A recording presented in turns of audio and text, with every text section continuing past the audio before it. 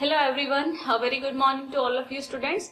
This is Assistant Professor Ishani Trivedi from LG Institute of Engineering and Technology. Now students, if you have seen the previous lecture and also it is mandatory to see the previous lecture to understand today's technical terms, we have discussed about two different technical terms which were related to the tires and tracks of the equipment of the vehicle which we are using for carrying out various construction activities. So for us, the tires of trucks and tractors are the most important, and you are going to have to move it over any kind of road surface, be it soft road, be it hard road, be it made up of sandy soil or loam soil, or even if you are moving up a high altitude or if you are going up a high slope, right? So whenever you want to carry out any kind of construction activity, you are going to require an automobile, right? An automobile, a vehicle will be required on which you are going to mount your whatsoever particular equipment and carry out the particular construction activity. So now, after discussing the two different and the most important terms, that is the rolling resistance and grade resistance in the last lecture, today we are going to further discuss few more technical terms in relation with the vehicles attached to the construction equipment. The next is traction. Now, the word traction, right? It means some kind of heavy weight will pull your vehicle or whatsoever material. Let me give you a very simple example. Now, if you have encountered a fracture in your leg or in your arm, right? And if you are not going to undergo an surgery, if it is not required, then you are going to have to keep your arm or leg in one constant position for a very long period of time. So in that case, what happens? You would have heard this, that traction is provided so that your leg remains aligned in proper vertical and proper right angle position, and the traction weight will be attached to your leg so that it remains in given position and its center of gravity is matched so that it does not move from its position, which is actually required for your healing. So you have heard the word traction. Now, today we are going to move forward with exactly what is traction in relation with the construction equipment. Now let us first define traction in simple terms. So what is a tractive force, or what is a traction? Traction can also be called as tractive force. So it is the force used to generate motion between a body and a tangential surface through the use of dry friction. It means, in simple terms, if I say, right, forget the technical definition right now. So traction is the force, right? It is the force which is required to generate motion in an automobile, in a vehicle, so that it can move on a tangential surface, meaning the tires are round, right? And the surface on which it is moving, that surface is tangential surface, correct? You can imagine the same, that if your tire is round and if it is moving on this surface, then the road surface will be tangential to it. So you are going to move your tire on this tangential surface with the help of friction which will be generated between the tires and the road surface, which is the basic concept when you design a road pavement for a vehicle. So the force required to generate motion, the force required to generate motion for the vehicle to move on the surface of the road is known as traction, right? Now, here, let us discuss further. What does it say? It says the coefficient of traction. What is important for us is coefficient of traction and not just traction. It was just to understand the concept because it has different meaning in different fields. So now, coefficient of traction is important for us, that we also have to find out when you are talking about the equipment. All of these things, right? Grade resistance, rolling resistance, traction, then drawbar pull, rim pull, which we will be discussing in this lecture. All of these things have to be calculated first before talking about any kind of equipment, and you are going to have to check whether it is going to work in your condition or not. That is why we are studying these concepts. So, coefficient of traction is the factor, right? It is defined as the factor by which the load on a driving tire or a track the load which you have provided, the force which you have provided for the tire or the track to move, right? It is defined as the factor which has to factor by which the load which is generated has to be multiplied. So you are going to have to define a constant value, a factor value by which you are going to multiply the load which is applied to the tire or the track to move, to determine the maximum possible tractive force. What is tractive force? It is the force required to generate motion in a body. And now we are going to require the maximum traction force that can be generated so the vehicle can move. So coefficient of traction is the factor by which you have to multiply the load which you are generating so that maximum tractive force, maximum traction can be achieved between the tire and the surface of the road before slipping occurs, right? Now if excess of amount of traction force is given, then it may also slip from its track. Sometimes it happens that when you are moving the vehicle and if you are skidding away, if it is slipping away, then a slippage occurs. So the maximum traction force which is required to keep your vehicle on the road, in the lane, right, before the slipping occurs, that particular value which you find out, that will be your coefficient of traction. Now the values of coefficient of traction will depend on the type of the road surface. For various road surfaces you will have different values, which is also given in your IS course. The tables are given for coefficient of traction of various surfaces, road surfaces, and then you can use it while you are designing any kind of vehicle or equipment or automobile. You can use the same table. So I'm going to give you an example over here how to find out the traction.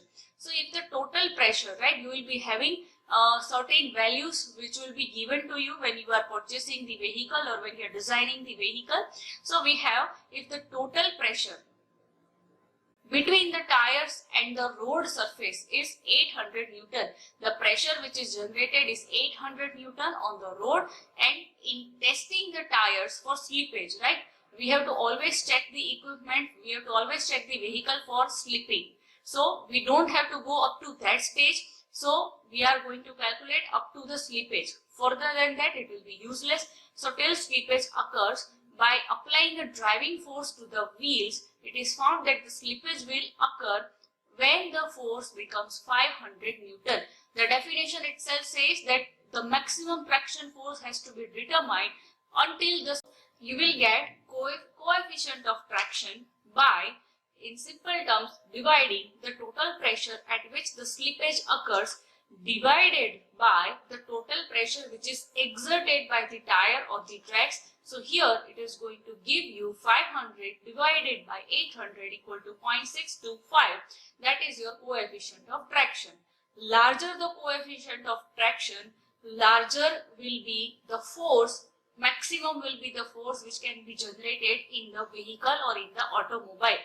It also varies with the type of tire and the tracks and the road surface. Now here I am flashing you the values of coefficient of traction, which I told you that it is given in the IS codes as well. So you can see over here the coefficient of traction is decreasing as you are moving towards the softer surface of the road. If you have concrete roads, if you have smooth roads, then the coefficient of traction is around almost equal to 1, right? And when you are moving, when you are going downwards, right, we have rough concrete, then we have clay, we have gravel, then we are talking about loose sand, we are talking about snow. The coefficient of traction is decreasing, meaning there will be difficulty in moving the vehicle as you are dealing with the surface of the road which is softer as compared to the hard surface. So harder the road surface, harder the surface on which the tire or the track is moving, larger will be the force which can be generated for the movement of the vehicle, right? So that will be the values of coefficient of traction as per the standard definitions, right? You can remember few of them. Now we are moving forward with more technical terms. The first is rim pull and second is draw bar pull. Now pull, right, it means you are towing something and pulling it and moving your vehicle. Simple terms, right? You are towing something, you are towing the load which is required to be transported, and then you are pulling it with the help of the equipment. right? So here we are going to talk about two terms in relation to that, that is your drawbar pull and rim pull. Now, let us discuss first what is rim pull. It is the term used to designate the tractive force between the tire of a machine's driving wheels and the surface on which they move. We already discussed about traction, right? We discussed what is tractive force. Now here, rim pull is only the term which is used to designate the tractive force, the pulling force, the force which is required to create motion in the vehicle, that is designated by rim pull. You are supposed to remember the definition. So here, if the coefficient of traction which we discussed right now is high, if it is high, meaning if it is a concrete road, be it rough or dry, if it is hard surface, there will be no slippage of tire, that is true, in which the maximum rim pull is a function of the power of the engine and the gear ratios between engine and the driving wheels, right? It is just calculation of maximum rim pull. If you are talking about the rough surface, if you are talking about hard surface, then if you want to find out the rim pull, it will just be a function of the power which is generated by the engine at different gear ratios, right? To determine the rim pull, we have a formula. The numerical may be calculated based on that. All the values will be given, so you can practice that. So here the formula is 275 multiplied by horsepower multiplied by efficiency divided by speed in kilometer per hour. This is going to give you the exact value of rim pull, right? And it will be expressed in kg. Next, drawbar pull. Drawbar pull is the towing force, right? You have to tow something, you have to move the vehicle. Now in the image over here, just above me is flashing the drawbar tractor, right? Can you see? The tractor has towed something and it is moving it. It is towing and transporting it. So for this particular type of mechanism which you are going to carry out in number of activities in construction, so drawbar pull is the towing force, right? It's the pulling force, a crawler tractor, right? Not just crawler tractor, it can be wheel mounted tractor also, which is exerted on a load, is referred as drawbar pull.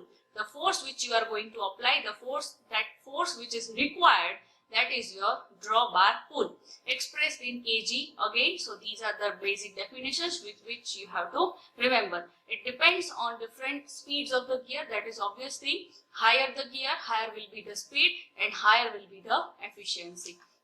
Now, next I am going to discuss the last term which is important for us to design an automobile vehicle, is the first, that is effect of altitude. Effect of altitude, pressure and temperature on performance of the engine. IC means internal combustion engine. See, all of these terms are mechanical terms, right? All of these things come in detail in the mechanical engineering, but you have to only remember the definitions when we talk about different equipment, right? So here it says we are going to talk about first effect of altitude, and second we are going to talk about effect of pressure and temperature. Now if I talk about pressure and temperature, then the standard conditions for us to consider is 15.5 degrees Celsius temperature and 76 centimeter of Hg of mercury, that is your standard atmospheric pressure. This is the standard condition which we have to consider whenever we are calculating the horsepower or the performance or the effect of different kind of parameters. So altitude, when a manufacturer provides a flywheel horsepower, right, it is a type of the wheel which is used generally for high altitudes, high pressure tires. To discuss the effect of altitude, to find out the effect of altitude for the vehicle which you have purchased from the manufacturer, we are going to consider the two standard conditions, right? And then for altitude above the sea level, meaning when we are talking about moving above a slope, on the slope, when we talked about the grade resistance, right? So at that time, decrease in available power engine will be seen due to decreasing air density. Not just grade resistance will be encountered, there will also be decrease in the power output, right? You will have to give more acceleration, you will have to give more power when you are moving up the slope, moving up the altitude. Also, there will be one more governing factor. I have shown you the image also, that air pressure will will be exerted in the opposite direction of the movement of the vehicle, which I have shown you in the image in the previous lecture also. So due to air density, there will be decrease in power output, right? The output will be lesser as you move towards of the slope. So this concept has to be remembered, and when you are calculating the grade resistance, this has to be considered. And next is the effect of pressure and temperature on the equipment where you are dealing, right? So you may be dealing in a cold country, or you may be talking about the areas or the desert areas or tropical countries, may be also discussed where moisture is very much high. So for different conditions, right, to calculate the power developed by the IC engine, what is important over here is the power developed by our equipment. We have to calculate how much power will be developed and how much force will be required to move the vehicle in whatsoever condition. So we have a formula over here.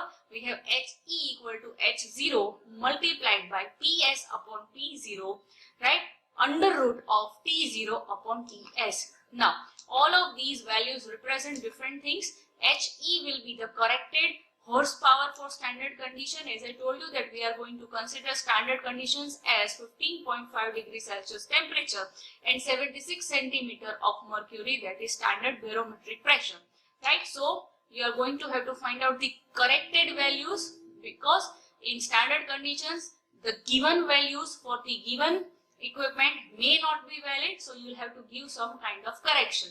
So to give this correction, we have this formula, and based on this formula we are going to have all the values. You can substitute it and find out the corrected value by the help of this formula.